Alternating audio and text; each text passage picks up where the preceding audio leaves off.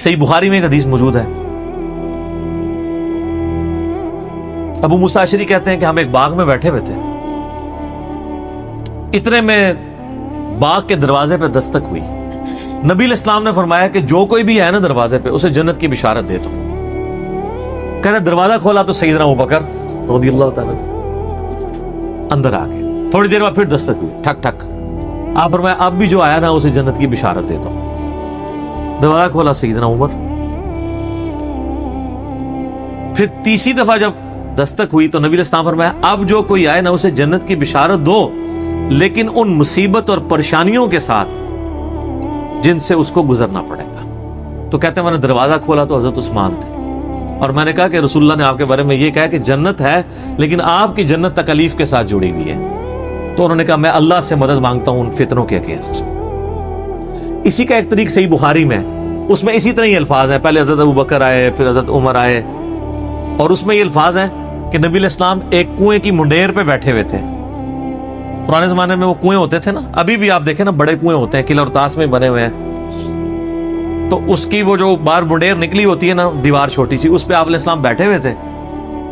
پہلے حضرت ابوبکر کو جنت کی بشارت ملی، نبی علیہ السلام نے ان کو اپنے دائیں جانب بٹھا لیا، حضرت عمر کو اپنی بائیں جانب بٹھا لیا۔ جب حضرت عثمان اندر انٹر ہوئے تو جگہ ختم تھی، تو حضرت عثمان نبی علیہ السلام کے سامنے منڈیر پہ آ کے بیٹھ گئے۔ تو راوی حدیث کہتے ہیں کہ میں نے اس حدیث سے رزلٹ نکالا ہے کہ ابو بکر عمر کی قبریں رسول اللہ کے ساتھ بنے گی، اور حضرت عثمان کی قبر نبی علیہ السلام کے ساتھ نہیں بنے گی، وہ سامنے بنے گی۔ یہ راوی نے بعد میں جب قبروں کے بعد ڈیسائیڈ کیا، یعنی مجھے تابعی ہے تبع تابعی ہے۔ اور سر واللہ سیدنا عثمان کی قبر نبی علیہ السلام کی قبر مبارک کی سیدھ میں، بالکل سیدھ میں بقیع غرقد قبرستان کے اندر موجود ہے۔ اور چند ایک قبریں جو باقی ہیں نا اس وقت اپنی صحیح فارم کے اندر سنت کے مطابق یہ ہے، یعنی وہ بہت اونچی نہیں ہے، ارد گرد وہ پتھروں کی یعنی فصیل بنی ہوئی ہے چھوٹی سی، وہ ایک بالش جو اجازت ہے صحیح بخاری میں اونٹ کی کوہان جتنی، اور بالکل ڈومیننٹ جگہ کے اوپر ہے، وہ سامنے وہ ارد گرد اس کے کوئی اور قبر بھی نہیں ہے، ڈومیننٹ جگہ پہ۔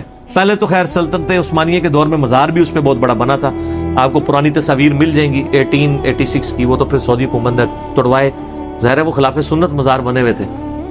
تو وہ یعنی سیدنا عثمان کی قبر بالکل صحیح سند سے چلتی آ رہی ہے، اور یہ چونکہ حدیثیں میں نے پڑھی ہوئی تھی نا، میں نے کافی دفعہ سیدنا عثمان رضی اللہ تعالیٰ عنہ کی قبر مبارک پہ اشک بار آنکھوں کے ساتھ حاضری دی ہوئی ہے الحمدللہ۔ تو سیدنا عثمان کی قبر پہ میں یاد ہے میں اشراق کے بعد ایک بار گیا نا، تو مجھے اچانک یہ حدیث یاد آئی نا، تو میں نے یعنی وہ قبر کے پاس کھڑے ہو کے روضہ شریف کی طرف دیکھا نا، تو بالکل ایگزیکٹ سیدھ میں وہ قبر ہے۔ اللہ تعالیٰ نے ان کو صبر دیا، اور حالانکہ آپ دیکھیں کہ شروع میں اسلام قبول کرنے میں پہلے 10 مسلمانوں میں سے ہیں سیدنا عثمان۔ حضرت ابوبکر صدیق کے یہ بڑے بیسٹ فرینڈ تھے، ان کی دعوت سے اسلام قبول کیا۔ عشرہ مبشرہ 10 جنتی صحابہ میں سے 5 ایسے ہیں جو حضرت ابوبکر صدیق کی دعوت سے مسلمان ہوئے ہیں، ان میں سے ایک حضرت عثمان ہے۔ یہ پہلے 10 مسلمانوں میں سے۔ پھر آپ کے لیے فضیلت یہ کہ نبی علیہ السلام کی 2 بیٹیاں آپ کے عقد میں، ذوالنورین کا لقب اسی لیے ملا، 2 نوروں والا، نبی علیہ السلام کی آنکھوں کا نور۔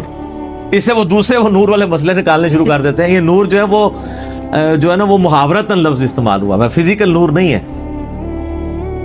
ویسے تو ہم نبی علیہ السلام کو نور مانتے ہیں، نور ہدایت ہے، میرا اس پہ بھی کلپ ہے، اِنَّا أَرْسَلْنَاكَ شَاهِدًا وَمُبَشِّرًا وَنَذِيرًا وَدَاعِيًا إِلَى اللَّهِ بِإِذْنِهِ وَسِرَاجًا مُنِيرًا، تو مانتے ہیں چمکا دینے والا سورج۔ اور نبی علیہ السلام کے داماد ہونے کا ذکر سیدنا عثمان کا، یہ آپ کو نہج البلاغہ میں مولا علی کا خطبہ بھی مل جائے گا، جس میں حضرت عثمان کو انہوں نے جو سمجھانے کے لیے آئے تھے کہ بھی تمہاری اس طرح شکایتیں گورنروں کی آ رہی ہیں، پھر اس میں انہوں نے کہا کہ بھئی ابو بکر اور عمر کے جو معاملات تھے اس سے زیادہ تمہیں احتیاط کی ضرورت ہے، کیونکہ نبی علیہ السلام کے ساتھ تمہارا دامادی کا رشتہ بھی ہے۔ یہ نہج البلاغہ میں شیعہ کے ہاں خطبے میں موجود ہے، اور عشرہ مبشرہ میں بھی شامل ہے، جو ابو داؤد ترمذی میں حدیث ہے، 10 بندوں کو ایک مجلس میں نبی علیہ السلام نے جنت کی بشارت دی ہے۔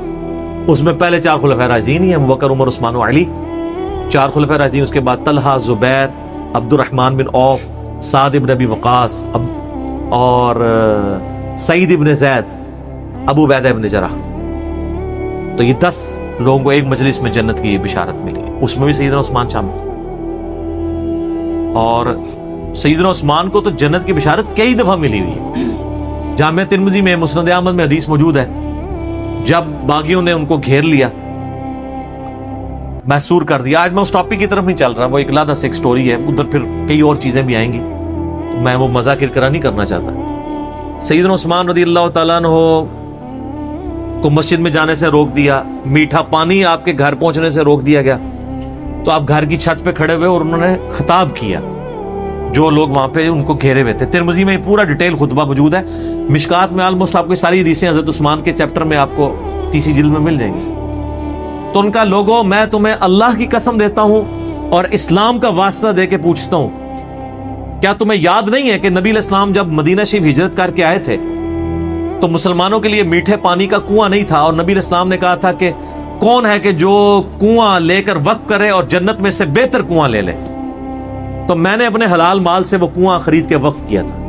تو سب نے کہا کہ ہم گواہی دیتے ہیں کہ آپ کے لیے بشارت تھی۔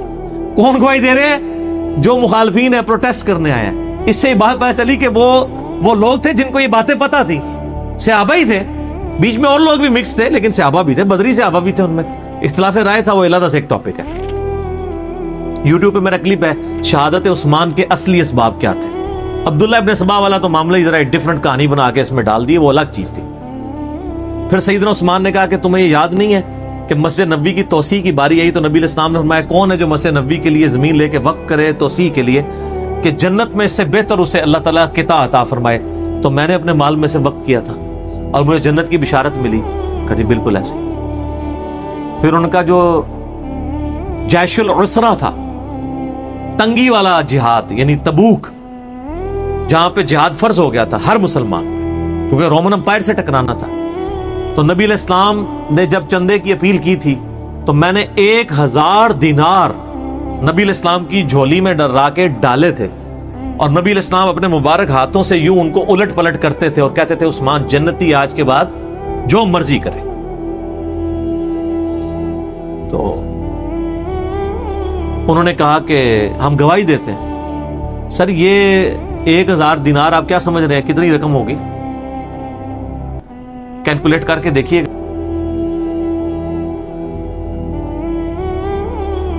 50 کو ضرب دیں نہیں 7 سے، 700 350 اور اوپر والا بھی کر لیں، یعنی تقریباً 400 قریب، 350 زیادہ بن جائے گا نا، 7.5 ہے، 350 قریب سمجھ لیں، 450 تولہ سونا، اور آج کل کیا ریٹ چل رہا ہے؟ 70,000 ہے، 70 سے زیادہ ہی۔ ہاں، تو یہ 2.5 کروڑ سے زیادہ رقم بنتی ہے آج کی، اگر 70 لگائیں گے تو جا کے گھر حساب کر لیجئے گا، 2.5-3 کروڑ رقم بنتی ہے جو حضرت عثمان نے غزوہ تبوک کے موقع پر دی ہے، اور نبی علیہ السلام نے جنت کی بشارت۔ انہوں نے کہا ہاں جی بالکل آپ کو جنت کی بشارت ملی تھی اس بات کے۔ انہوں نے کہا تم مجھے نہ، اب یہ یعنی بشارتیں گنواتے جا رہے تھے، اور حضرت عثمان کہہ رہے تھے دیکھو مسجد میں نے وقف کی، مجھے مسجد میں نماز نہیں پڑھنے دے رہے ہو، کنواں میں نے لے کے دیا اور مجھے میٹھا پانی نہیں، مجھے کڑوا پانی پینا پڑتا ہے، مجھے تم پانی تک نہیں جانے دے رہے ہو، اور تم مان بھی رہے ہو ان چیزوں میں مجھے جنت کی بشارت ملی ہوئی ہے۔ پھر حضرت عثمان نے چوتھا اور آخری سوال کیا کہ کیا تمہیں یہ حدیث نہیں پہنچی ہے؟ اور یہ حدیث بخاری میں بھی ہے، ترمذی کا یہ والا حصہ، کہ نبی علیہ السلام ایک دفعہ غارے پہاڑ ہیرا کے اوپر چڑھے، ہیرا پہاڑ کے اوپر، حضرت ابوبکر، عمر اور حضرت عثمان یہ ساتھ تھے نبی علیہ السلام کے، 4 بندے تھے یہ ٹوٹل۔ تو پہاڑ جو ہے وہ جھوم پڑا، ہلنا شروع ہو گیا، وہ تو بخاری مسلم میں حدیث ہے۔ ہیرا ایک پہاڑ ہے لیکن ہم سے محبت، وہ احد پہاڑ کے بارے میں آتا ہے، احد ایک پہاڑ ہے، ہم سے محبت کرتا ہے، ہم بھی اس سے محبت کرتے ہیں۔ بعض روایتوں میں احد کا ذکر ہے، بعض میں ہیرا کا ذکر ہے۔ بال الٹیمیٹلی یہ ہے کہ نبی علیہ السلام نے فرمایا کہ اے پہاڑ تھم جا، اس وقت تجھ پہ 1 نبی، 1 صدیق اور 2 شہید ہیں۔ 2 شہید کون؟ حضرت عمر اور عثمان۔ جو مسلم کی حدیث ہے اس میں یہ ہے کہ حضرت علی بھی تھے، طلحہ بھی تھے، زبیر بھی تھے۔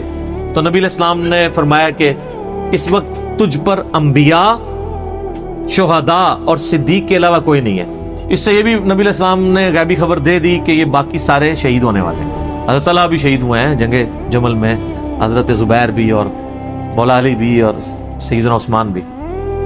تو انہوں نے کہا ہاں آپ کو شہید ہونے کی خبر دی تھی.